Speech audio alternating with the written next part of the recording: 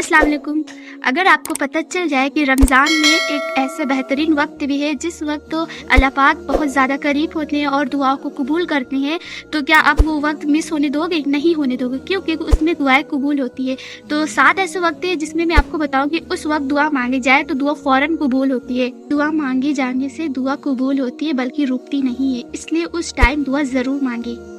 So guys, सबसे पहले एक बात ये भी याद कर ले कि ये बात है कुरान की। अल्लाह पाक कुरान मजीद में कहते हैं कि तो अल्लाह कुरान में कहता है कि जब मेरे बंदे मुझसे मेरे बारे में पूछे तो उनसे कहना कि मैं उनसे बहुत ज़्यादा करीब हूँ और मैं उनकी दुआ भी सुनता हूँ जब वो मुझसे दुआ करते हैं। अल्लाह ये कुरान में कहता है।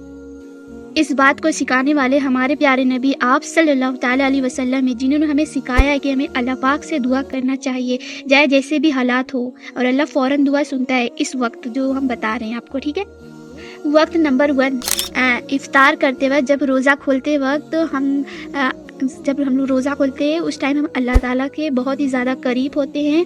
अल्लाह पाक को हमारे दरमियान कोई चीज़ का पर्दा नहीं होता है। अल्लाह और हमारा पर्दा जो भी होता है अल्लाह पाक खोल देते हैं। उस वक्त दुआ मांगी जाए, दुआ कबूल होती है।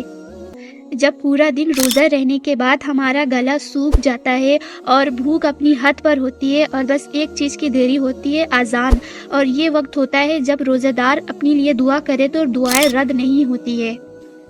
अक्सर लोग ये करते हैं, जब इफ्तार का टाइम होता है तो लोग अपनी फ़ोन से पिक्चर्स लेते हैं, इमेजेस लेते हैं, प्लेट की इमेज लेते हैं, ग्लास की इमेज लेते हैं, स्टेटस लगाते हैं। ये सब बिल्कुल नहीं करना चाहिए, क्योंकि वो बेहतरीन वक्त होता है दुआ कबूल होने का।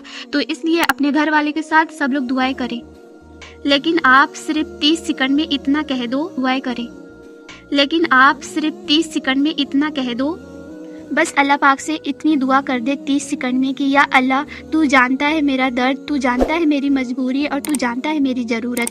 बस इतनी 30 सेकंड में इतनी दुआ कर दे, इतनी काफ़ी है। इस वक्त लंबी दुआ ज़रूरी नहीं है, थोड़ी सी ही दुआ ज़्यादा पावरफुल होती है। वक्त नंबर 2, सहरी का आखिरी हिस्सा तहज्जुद के करीब। रमज़ान का आखिरी हिस्सा जब ज़्यादा लोग सो रहे होते हैं और जब आप एक वक्त अल्लाह के सामने उठकर बैठते हो बस, और आपको ना कोई देखने वाला होता है, ना आपकी आवाज़, ना आपका कोई और, बस आपका दिल होता है और अल्लाह की बातें होती है। इस वक्त अल्लाह से दुआ मांगी जाए तो अल्लाह फ़ौरन सुनता है। तहज्जुद की नमाज आप चाहो तो 4 रिकात भी पढ़ सकते हो, आप चाहो तो 8 रिकात भी पढ़ सकते हो, लेकिन हमारे प्यारे नबी आप सल्लल्लाहु ताला अलैहि वसल्लम की वो 8 रिकात पढ़ते थे। तो हमें भी चाहिए हम भी थोड़ा पहले उठे और 8 रिकात नमाज पढ़े और नफिल पढ़ के और अल्लाह से दुआ करें कि या अल्लाह तू सब जानता है, तो हमारे हालात को ठीक कर दे।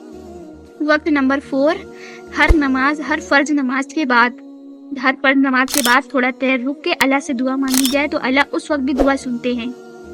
रमज़ान में हम जो इबादत करें सबकी नेकी बढ़ जाती है। तो हम जब नमाज़ पढ़ लें तो हमें फ़र्ज़ नमाज के बाद दुआ करनी चाहिए।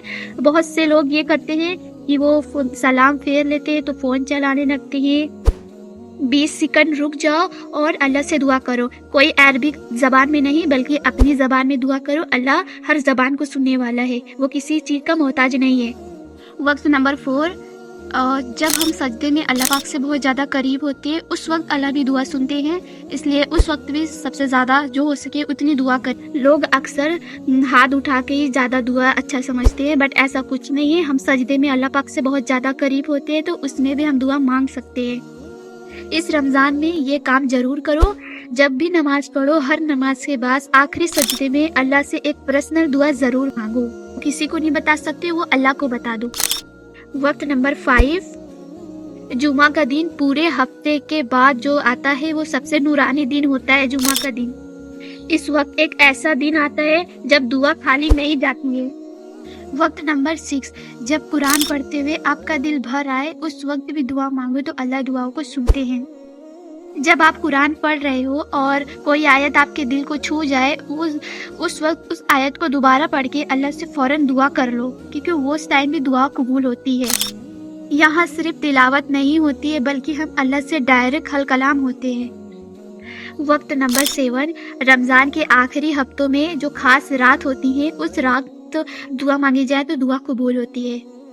ये रमज़ान की आखिरी रात होती है और ये सिर्फ रात नहीं होती, ये रात होती है अपनी ज़िंदगी की फैसले की रात होती है। ज़्यादा सोचने की ज़रूरत नहीं है, बस हर रात यही दुआ कर लो, एक दुआ याद कर लो कि ए अल्लाह मेरी ज़िंदगी को अपने मुताबिक बना दे, बस। तो दुआ के टाइम कंप्लीट हुए।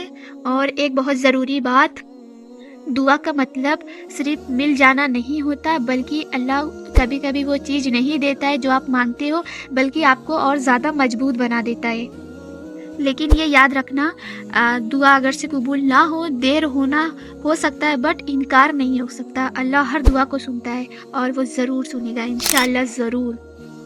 या अल्लाह, हमारे हाथ खाली हुए हैं, बट हमारी उम्मीद तुझसे भरी हुई है। जिस वक्त में आपको पुकारा है, उस वक्त को हमारी दुआओं की कबूलियत बना दे अल्लाह। सो गाइस, आज के लिए बस इतना ही। अगर से आपको मेरी वीडियो पसंद आई तो मेरे चैनल को सब्सक्राइब ज़रूर कर दे और आगे अपने दोस्तों में भी शेयर कर दे। अल्लाह हाफिज़।